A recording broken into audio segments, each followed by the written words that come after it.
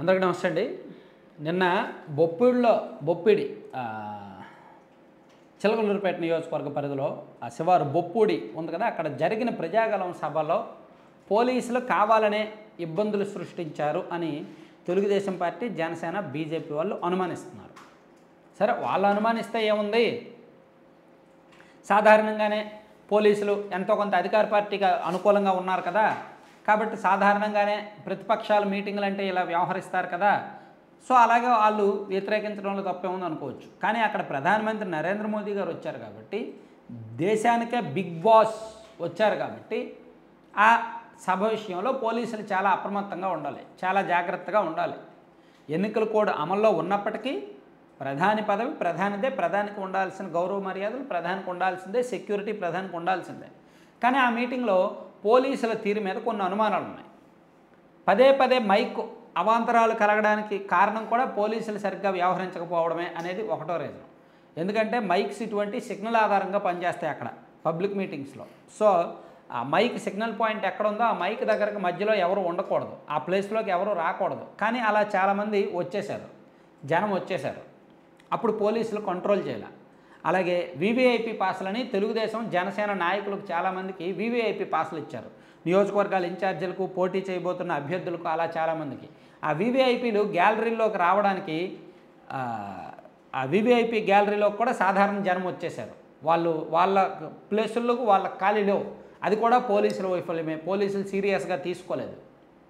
అలాగే రోడ్ల మీద చిలకలూరుపేట జంక్షన్లో అటువైపు ఒంగోలు రూట్లో, ఇటువైపు గుంటూరు రోడ్లో, ఇటువైపు చీరాల దారిలో 3 రోడ్లలో కూడా భారీగా ట్రాఫిక్ జామ్ అయింది.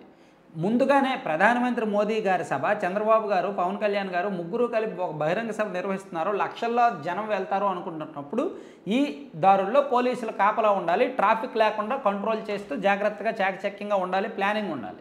కానీ అది కూడా చేయలేదు. అంటే ఒక రకంగా పోలీసులు పని చేయాల, సహాయ నిరాకరణ చేశారు.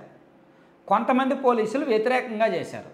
సో అది ఇప్పుడు వీళ్ళు అనుమానిస్తున్న వ్యవహారం. వీళ్ళు కావాలనే చేశారు, పోలీసులు కావాలనే ఎన్నికల ప్రచార సభను ఫెయిల్ చేయాలి అని, అది ఫెయిల్ అయ్యేలా చూడాలని పోలీసులు ఇదంతా చేశారు అని అనుమానిస్తూ కేంద్ర పెద్దలకు ఫిర్యాదు చేయాలని డిసైడ్ అయ్యారు.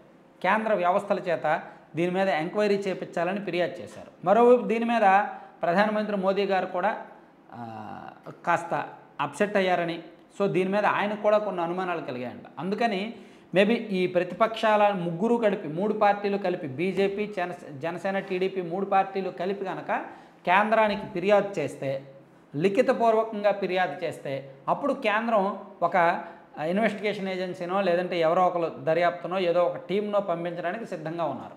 లేదు కేంద్ర హోంశాఖకి ఇచ్చిన సెంట్రల్ ఇంటెలిజెన్స్ ద్వారా ఈ రిపోర్ట్ తెప్పించుకోవడానికి సిద్ధంగా ఉన్నారు. ఒకవేళ సెంట్రల్ ఇంటెలిజెన్స్ ఎస్ అది పోలీసుల వైఫల్యమే, పోలీసులు కావాలని చేశారు అని కన్ఫర్మ్ చేస్తే అక్కడ ఉన్న పోలీసుల మీద యాక్షన్ తీసుకుంటారు. లేదు వాళ్ళు కన్ఫర్మ్ చేయలేదనుకోండి, అప్పుడు పోలీసులు ఇప్పటికీ వైసీపీ అనుకూలంగానే ఉన్నారు, ఎన్నికలు కూడా అమల్లో ఉన్నప్పటికీ పోలీసులు ఇంకా న్యూట్రల్ అవ్వలేదు, కాబట్టి పోలీసులతో మనం జాగ్రత్తగా ఉండాలి అని టీడీపీ అండ్ జనసేన రియలైజ్ అవుతారు. నాకు తెలిసి జిల్లాల ఎస్పీల్లోనే మొత్తం కీస్ అన్నీ ఉన్నాయి. ఆయా జిల్లాల్లో ఎస్పీలు ఉంటారు చూడండి, వాళ్ళ చేతుల్లోనే కంట్రోల్ ఉంది, పోలీసుల కంట్రోల్. సో ఆ ఎస్పీల్లో ఎక్కువ మంది వైసీపీకి అనుకూలమైన వాళ్ళే ఉన్నారు. సో కింద స్థాయిలో సిఐలు లేదా ఎస్ఐలు లేదా కానిస్టేబుల్ లేదా డిఎస్పీ లెవెల్ వరకు కాస్త న్యూట్రల్ అవుదామని ఆలోచిస్తున్నప్పటికీ పెద్దన్న పాత్ర పోషిస్తున్న ఐపీఎస్ అధికారులు మాత్రం కొంతమంది పూర్తిగా ఒక పార్టీకి అనుకూలంగా ఉన్నారంట.